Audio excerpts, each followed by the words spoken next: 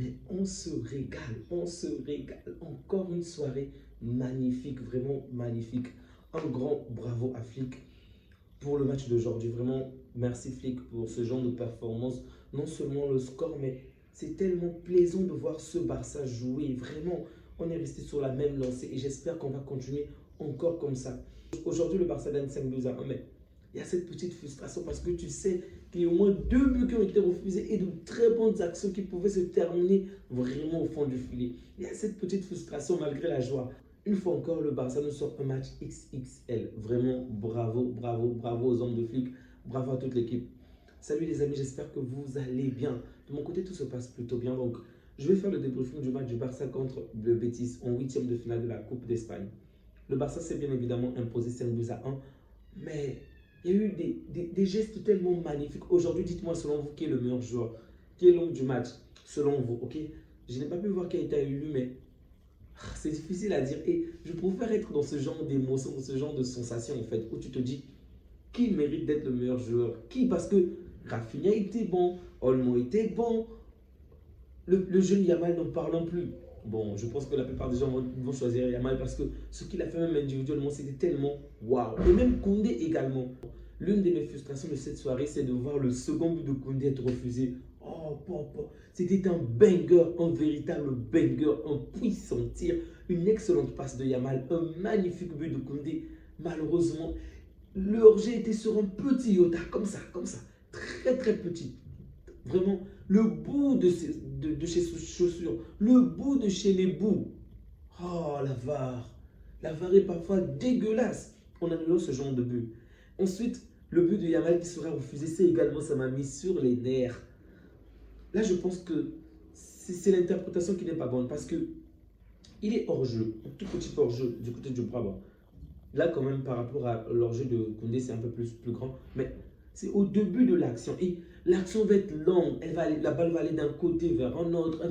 En fait, le danger, il y a même plus de danger une fois qu'il fait la passe, qu'il remet la passe en arrière. Parce que le jeu va se poursuivre. Ils vont essayer de trouver des failles d'ici, par-ci, par-là. Du coup, il n'y a plus de danger. Et après, étant donné que la balle n'est pas sortie, au cours de la même action, il va réussir à bien se positionner et enfin marquer. Mais ils sont revenus là tellement au début de l'action.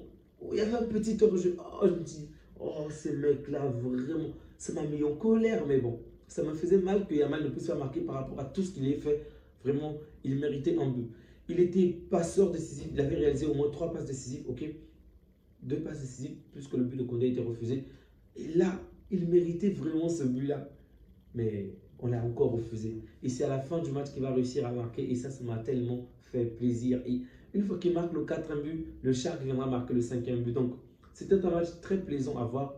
Olmo était au centre, Yamal était du côté gauche, pardon, et Rafinha du côté droit. Au milieu du terrain, on avait Frankie de Jong, Pedri et Gavi. Et en défense, Martinez, Koubarsi, Araujo et Koundé. Même Martinez, là je parle de Martin, excusez-moi, Gérard Martin, même Gérard Martin était bon aujourd'hui. Vraiment, pour vous dire de quelle manière ce match était tellement intéressant. Du début jusqu'à la fin, il y a eu une large supériorité du Barça. On marque dès la 3e minute un excellent but de Gavi, une excellente passe d'Olmo. Les combinaisons sont bonnes. En fait, cette équipe est tellement plaisante à voir. Et au-delà du score, c'est ce que je dis encore avec la différence avec l'équipe de Xavi. Au début, lorsque Xavi est arrivé, c'était plaisant, ok, la moitié de la saison. Mais après, avec le temps, on a réussi à gagner. On a même gagné le championnat, ce qui est tout à son honneur. Mais ce n'était pas forcément plaisant, ok. On gagnait difficilement 1 but à 0. C'était la solidité défensive qui nous permettait de gagner. Et le match n'était pas intéressant. Tandis qu'avec Flick, même lorsqu'on ne gagne pas, même lorsqu'on ne marque pas, tu as envie de voir cette équipe jouer. Cette équipe, en fait, ça te fait rêver. Et on pouvait le voir même avec les supporters. Ils criaient tout le temps, même lorsqu'on défendait la balle, alors qu'il n'y avait aucun danger, aucun réel danger. Les supporters dans le public poussaient tout le temps des cris de joie pour soutenir encore cette équipe. C'est vraiment, alors là, vraiment plaisant à voir. Défensivement, on est au top. Offensivement, on est au top. Au milieu, c'est parfait. Il y a bien évidemment des limites, bien sûr. Le fait que l'adversaire peut facilement nous prendre dans le dos, le fait que le positionnement n'est pas toujours synchrone. Il y a des limites, ok? Mais cette équipe joue tellement bien, vraiment tellement bien. Et là, ça me dépasse. Donc, Flick qui a réalisé pas mal de changements aujourd'hui. Je crois que c'est la première fois qu'il puisse aligner Olmo, Pedri, excusez-moi, Olmo, Gavi et De Jong, la première fois. Donc là, je me dis, on a gagné les huitièmes de finale face au Betis. Souvenons-nous, il y a 2 ou 3 années, ce Betis faisait partie du top 4, du top 4. Aujourd'hui, le Betis est peut-être mal positionné, mais c'est une équipe assez intéressante. Et tous ont été plongés dans l'eau. Aucun d'eux n'a réussi à sortir la tête à un seul moment du match. Non, j'ai hâte qu'on reprenne avec la Ligue des Champions. Envoyez-nous les équipes, envoyez. On va tous les taper, on va les taper. Non, les amis, je pense que la vague, la mauvaise période de novembre et décembre est passée. L'équipe revient en forme et j'espère juste qu'on va davantage s'améliorer encore pour être au top de chez les tops. Parce que pour l'instant, on est encore loin en Liga, ok? On occupe la 3e place et on a 6 ou 5 points d'écart avec Atlético. Ce n'est vraiment pas correct. Donc, l'équipe doit garder cet état d'esprit, garder cette envie, garder cette capacité à marquer encore et vraiment reprendre la première place. La fin de ces jours-là est tellement fantastique.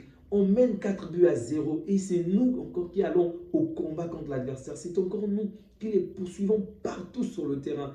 Je veux voir même Gavi commettre, même si évidemment je ne souhaitais pas qu'il prenne le carton jaune, mais jusqu'à tacler un joueur alors que le joueur n'a aucun danger. Il est loin, il est sur la ligne médiane du côté de l'arbitre, là où se trouvent les coachs. Le mec va le tacle et ne laisse rien passer. Et c'est ça la mentalité que je veux voir dans cette équipe. Vraiment, voir Gavi jouer est tellement plaisant. Il était bon dans le geste, bon dans le positionnement, bon dans les tacles. Il est buteur, il réalise des passes magnifiques. Et les remplaçants qui sont rentrés. Fermin qui rentre, il est passeur décisif. Le Shark qui entre, il est buteur. Et même... Pardon. Et même le but du Shark, vous l'avez vu? Vous avez vu le but du Shark? Il nous marque des buts, waouh! Vraiment, waouh! Je suis choqué, vraiment choqué. Rafinha qui fait de très bonnes choses, toujours sur la même lancée. Je ne sais pas en ce moment, qu'est-ce qui pourrait faire en sorte que l'équipe puisse basculer? Évidemment, je ne souhaite pas que cela se produise, mais j'aimerais vraiment que tout soit mis en place afin que cet état d'esprit ne puisse vraiment pas quitter cette équipe. Il est vrai qu'au cours de la saison, mentalement, à un moment, on va forcément se relâcher. Consciemment ou inconsciemment, ça va arriver parce qu'on est humain. Mais j'espère que ça va arriver le plus tard possible ou à des moments où il n'y aura aucun danger parce qu'on aura déjà tout sécurisé, tout gagné. Cette équipe me fait tellement plaisir à voir que aujourd'hui, je suis même prêt à affronter la meilleure équipe d'Europe en ce moment qui est Liverpool. Vraiment, j'ai hâte que la Ligue des Champions reprenne et qu'on puisse taper toutes les équipes européennes pour les montrer de quelle manière ce Barça n'est pas à blaguer. Parce qu'on a déjà chicoté le Real, mais on ne peut plus se contenter du Real, on ne peut plus.